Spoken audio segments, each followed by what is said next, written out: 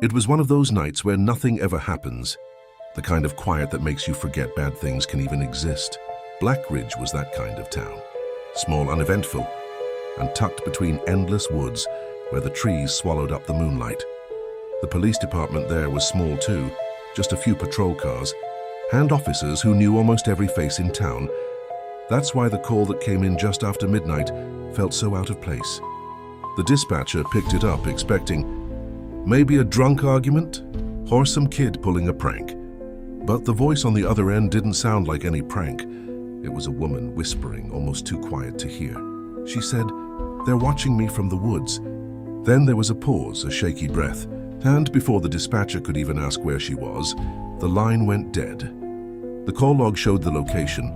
It was a house out past Route 7, near the edge of the forest, where the road thins out and the streetlights vanish. Officer Miller and Officer Sanchez were assigned to check it out. Both of them knew that area, mostly farmland and a few rundown houses, the kind of place you only drive to if you have a reason. On the way, they joked with each other, trying to make it feel like just another routine check. But there was something about the silence on that drive. No cars, no animals darting across the road, not even the sound of crickets. Just the tires rolling over gravel, crunching louder than normal, like the world around them had been muted. When they pulled up to the address, the house stood there like a shadow. It was old, 2 stories, paint peeling, windows dark. No light inside, no movement. They expected to at least see a porch light, or maybe the woman waiting at the door. But there was nothing. Miller grabbed the radio and called it in. "Dispatch, we're at the residence. Looks abandoned." Static crackled back, followed by the dispatcher's flat voice. "Copy, proceed with caution." They stepped out, flashlights in hand. The air was colder than it had been just 10 minutes earlier, and the woods pressed against the property like a wall. Sanchez noticed the front door right away. It was wide open. No damage to the lock. No sign of a break-in, just open, as if someone had been expecting them. They shared a quick glance. A silent agreement that they both felt the same thing. This wasn't right. But they pushed forward anyway, because that's what cops are supposed to do. Inside, the air smelled like dust and rot.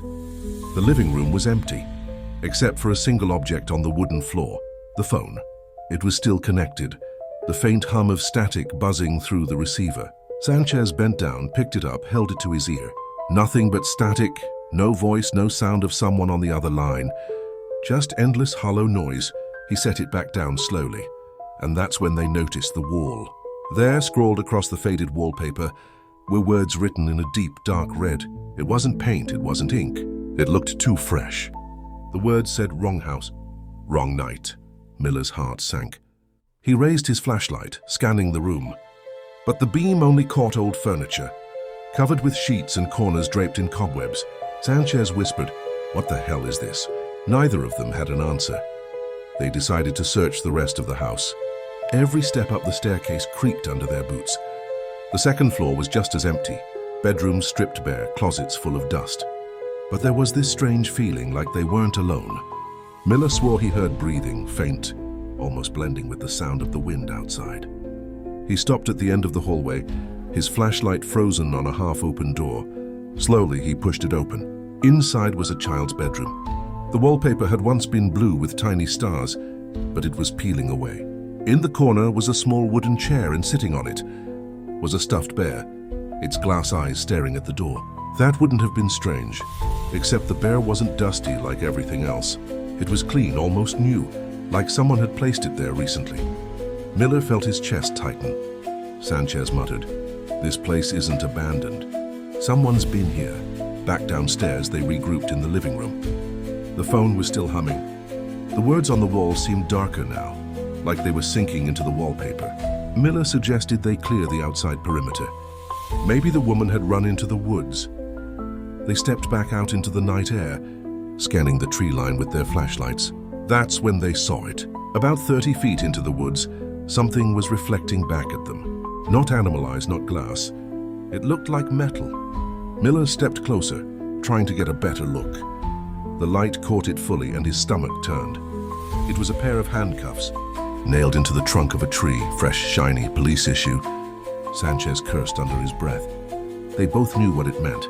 This wasn't a random call. Whoever did this knew exactly who they were luring in. Miller reached for his radio. "Dispatch, we have evidence of..." He stopped mid-sentence. From somewhere deep in the woods, a voice echoed. It was faint, almost whispering, but both of them heard it. A woman's voice. The same voice from the call. It said, "He's here." Then silence. Every instinct told them to leave, to get back in the car and drive, but training kept them frozen. They waited, flashlights scanning the trees, but there was nothing. Just silence, thick and pressing, like the woods were holding its breath. Sanchez finally said, "We need to get out of here." Miller nodded. They turned back toward the car. But when they reached the road, the cruiser wasn't how they left it. The driver's side door was wide open, and on the seat lay something that made Sanchez's knees buckle. It was his own badge, neatly placed, polished to a shine. His badge, even though it was still pinned to his chest. He ripped it off, checked, yes, it was there. But somehow another copy sat on the car seat, identical, down to the number engraved on it. Sanchez whispered, "How the hell?" But before he could finish, the radio in the car came alive with static. Then that same woman's voice, distorted, crackling, said, "It's not the house you should fear. It's the woods." Miller and Sanchez stood frozen, the hair on the back of their necks standing straight. They looked back at the tree line, their flashlights trembling. And in that single moment, both of them swore they saw movement. A tall figure just beyond the reach of their lights, standing perfectly still among the trees, watching. Then, as quickly as they saw it, it was gone. The following days in Blackridge felt heavier than usual. After Miller and Sanchez reported what happened that night, no one in the department could shake the feeling that something was badly wrong. They filed the report, of course. But on paper it sounded ridiculous. An abandoned house, a prank call, some words on a wall, a pair of handcuffs nailed to a tree. Nothing solid. No suspect, no victim. It sounded like the ramblings of two officers who had let the dark get the better of them. But Miller and Sanchez knew it wasn't in their heads. They knew they had been watched, and worse, they knew someone was setting a trap. The whispers over the radio, the badge that shouldn't exist, the shadow in the trees, it wasn't their imagination. Someone was out there studying them, and they weren't stopping. It started small, almost like harassment. One morning, Officer Delgado, who wasn't even on the case, walked out to his cruiser in his driveway.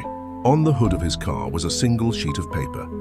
On it was written his full name, his badge number, and the words, "You're next."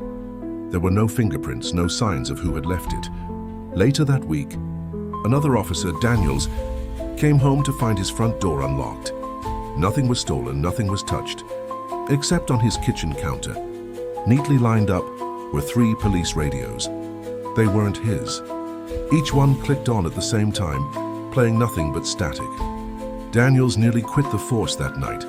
By the second week, it was no longer just intimidation. Officers began disappearing. Sanchez had been the first to sense it. He had told Miller that someone was following him home, that he could feel it every night when he pulled into his street.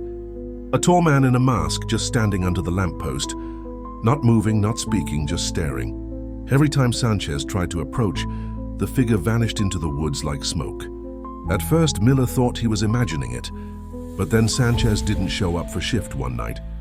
His squad car was found 2 miles outside of town, pulled over on the shoulder of a dirt road. The headlights were still on, the siren still flashing, the engine still running. The driver's seat was empty. In the back seat, they found his radio, the mic dangling. The last transmission sent from it was chilling. In a cracked, terrified voice, Sanchez had whispered, "He's here. He's inside the car." Then it cut off. The department tried to explain it away. Maybe Sanchez had a breakdown. Maybe he ran off. But Miller knew better. He had seen the way Sanchez looked that last week, how the color had drained from his face every time the phone rang, how his hands trembled every time he thought he saw something in the trees. He hadn't just run. Something had taken him, and the silence afterward made it worse. No ransom, no body, nothing, just gone. After Sanchez disappeared, the calls kept coming. The dispatcher would answer, and the same woman's voice whispered into the line. Sometimes she'd say she was being watched. Sometimes she'd cry. Other times she'd just repeat a badge number over and over again. each time a different number, and each time that officer would later find something waiting for them. Officer Daniels found his badge nailed into his own front door, even though it was still pinned to his chest. Officer Delgado woke up one night to find his dog barking at the backyard. When he shined a flashlight outside, he saw a line of uniforms hanging from the trees, his own uniform among them. Perfectly clean, swaying gently in the wind. The terror spread fast. The cops in Black Ridge, men and women who were supposed to protect the town, were now scared to walk alone at night. They stopped patrolling the outer roads. They refused to go near Route 7. Some even slept in the station instead of going home, but that didn't save them. One evening, Officer Crowley locked himself in the station, convinced that if he stayed put, he'd be safe. Around 3 a.m., the surveillance cameras outside the building caught something horrifying. A figure walked straight up to the entrance, dragging what looked like a police baton along the ground. Sparks flew as metal scraped concrete. The figure wore a mask, pale and expressionless, and a full police uniform. Crowley didn't recognize the face, didn't recognize the badge. Before anyone could react, the power to the station cut out. By the time backup arrived, Crowley was gone. The only thing left was his gun, placed neatly on his desk, fully loaded. Miller felt the weight of it more than anyone. First Sanchez, now Crowley. Every time he closed his eyes, he saw that figure from the woods. Tall, unmoving, watching him, he started hearing things in his own house. Footsteps on the porch, a knock at the window, a voice whispering his name. When no one was there, he stopped sleeping. He started drinking, just to quiet the paranoia. And yet he knew it wasn't paranoia. Whoever was hunting them was real, and they were getting bolder. The town noticed. 2 citizens started whispering that the police weren't in control anymore. Some swore they saw new officers patrolling at night, men they didn't recognize, wearing the same uniforms, but with blank faces and eyes that didn't look human. Others said they saw flashing lights in the woods, like squad cars. But when they drove closer, there was nothing there, just trees. And always, in the background, the faint sound of radios crackling. Even when no radios were turned on, one night, Miller decided he couldn't just sit back. He grabbed his gear, turned on his body cam, and drove back out to Route 7, to that same house where it all started. He told himself he'd find proof. He'd catch whoever was behind this. But deep down, part of him already knew the truth, that this wasn't just one person, that what was happening wasn't something human. The footage from his body cam would later leak online, though the department never confirmed if it was real. The video begins with him entering the house again, flashlight cutting through the dark. The phone was still there, lying on the floor, humming with static, as if it had never stopped since that night. As he moved through the rooms, his breathing grew heavier. Then faintly, the radio on his shoulder came alive, not with dispatch, not with static, but with Sanchez's voice. "Miller," it whispered. "He's here." Miller froze. The radio crackled again, this time with Crowley's voice. "Don't follow him. Don't go upstairs." Miller's flashlight shook in his hands. He whispered, "Where are you?" But the voices faded into nothing. Slowly, he turned toward the staircase, the same one that had creaked under his boots weeks before. Only this time, there were fresh footprints, wet, leading upward. The camera tilted as Miller climbed. His breathing was ragged, his hand gripping his gun. When he reached the top, he swung the light down the hallway, and there it was. The same stuffed bear sitting neatly in the chair, waiting, but this time its head was turned toward him, its glass eyes reflecting the beam, and taped to its chest was something small and metallic. Miller reached out and peeled it off. His blood ran cold. It was Sanchez's badge. Before he could react, the radio hissed again. A woman's voice, clear this time, almost calm. She said, "You shouldn't have come back. He's already wearing your face." The flashlight jolted as Miller spun around. At the far end of the hallway stood a figure in full police uniform. Same height as Miller, same build, same face. The video cuts off there. When the leaked body cam footage ended, people argued whether it was real or not. Some swore it was fake, edited by conspiracy nuts. But those who knew Miller believed every second of it, because after that night, Miller vanished. No trace. His car was still parked by the road, keys inside, engine cold. His gun was found lying in the front seat, unused. and his badge, like the others before him, was nailed into the floor of the upstairs hallway. The department didn't release a statement. They couldn't. What could they say? That one by one their officers were being erased, swallowed by something they couldn't fight. Blackridge was crumbling. It wasn't just the police anymore. Locals began reporting strange patrols at night, cars with flashing lights that didn't belong to the department. Men in uniform walking the streets, but no one recognized them. Some swore they saw two officers standing outside their houses at 3 in the morning, staring through the windows without moving. When confronted, the figures would simply walk into the dark, vanishing before they reached the edge of the property. No sound of footsteps, no sound at all. Just silence so heavy, it felt like the air itself was suffocating. Those who had the courage to approach claimed the uniforms didn't look right up close. The badges were blank, scratched smooth like the numbers had been erased. And the faces, people swore the faces looked almost correct, almost human but not quite, like a mask stretched too tightly over bone. The mouths didn't move when they spoke. The eyes didn't blink. Some even claimed the faces looked eerily familiar, like copies of the missing officers, copies of Sanchez, copies of Crowley, even Miller. By the third week, the town was living in constant fear. People stopped calling the police because they no longer trusted who would show up at their door. Dispatch logs filled with calls about intruders. But when officers responded, the victims swore it wasn't the real police who had arrived. They described voices that repeated their own words as if mocking them. Radios that clicked on without being touched. Sometimes, even when no one had called, people heard knocking at their doors in the middle of the night. And when they peeked outside, they saw squad cars idling at the curb, lights flashing, but the inside of the cars were empty. Some residents packed up and left, but many couldn't. And those who stayed kept seeing the same figure at the edge of the woods, a tall man in a uniform, pale mask hiding his face, always watching. Some claimed there wasn't just one, but several, sometimes walking in groups like patrols, sometimes standing alone like scarecrows.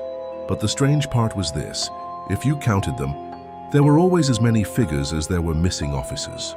The breaking point came when the chief of police himself vanished. Chief Hanley had been trying to hold everything together, insisting the department could handle it, even as his officers disappeared one by one. One night, his wife reported hearing him speaking to someone in the living room. She swore she heard two voices, his and another that sounded exactly like his. When she went to check, the living room was empty, the door wide open, and Hanley was gone. On the coffee table, his uniform was laid out perfectly folded, his badge pressed into the wood. His wife swore she saw someone outside through the window before she screamed.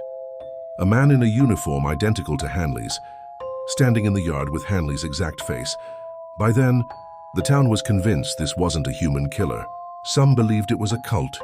Others believed it was something supernatural, taking revenge on the police. Old legends about the Blackridge. Woods resurfaced, stories about men who wore other people's faces, about whispers that lured you into the trees where you'd never return. The department tried to deny it, but their silence was louder than any confirmation. Every week, more officers gone. Every week, more strangers in uniform appeared. The strangest detail came from a trucker passing through town late one night.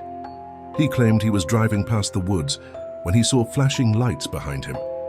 Thinking it was a traffic stop, he pulled over. A police car pulled up, two officers stepping out. But when they approached, he noticed something was wrong. Their walk was too slow, too stiff, like their legs weren't bending naturally. When they reached his window, both leaned down, and their faces pressed close against the glass. They had no mouths, just skin stretched where their lips should be. The trucker floored it, speeding away. In his mirror, the police car still followed, even though no one was behind the wheel. He swore it chased him all the way to the county line, then vanished without a trace. By the fourth week, Blackridge was abandoned by the state. No reinforcements, no help. The department had fewer than half its officers left, and those who remained refused to work nights, even in daylight. They refused to go near Route 7, but people still saw the fake cops, wandering the woods, standing at the edge of driveways, peering into windows, always watching, always waiting. There was one final piece of footage that surfaced, though no one knows who leaked it. It was security camera footage from a gas station outside town. The timestamp showed 3 in the morning. At first, nothing but empty pumps, the wind rustling trash across the lot. Then, one by one, 5 police cars pulled in, parking perfectly in a row. The doors opened in sync, and 5 officers stepped out. The cameras caught their faces clearly. They were Sanchez, Crowley, Miller, Hanley, and Daniels, all of them. But their eyes were empty, wide, unblinking. Their mouths didn't move. They walked in a line toward the woods and disappeared into the darkness. After that, Blackridge was never the same. The department was quietly dissolved, replaced by outside units. But the new cops never lasted long. Too many reports of radios turning on by themselves. Too many calls about seeing duplicates of themselves patrolling the streets. People say the town still has police, but not the kind you want to call. Because once you see one of them up close, once you hear the static from their radios in your own house, it's already too late. Some say the killers weren't killing at all. They were collecting, replacing. Every badge nailed into wood, every uniform hung from a tree, every officer who vanished was just another face for them to wear.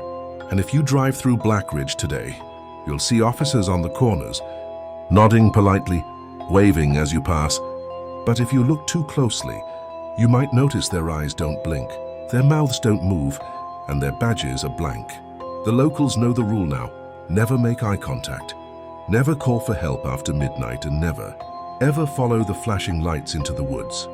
Because once you do, you'll realize too late that the police in Blackridge aren't here to protect you. They're here to collect you.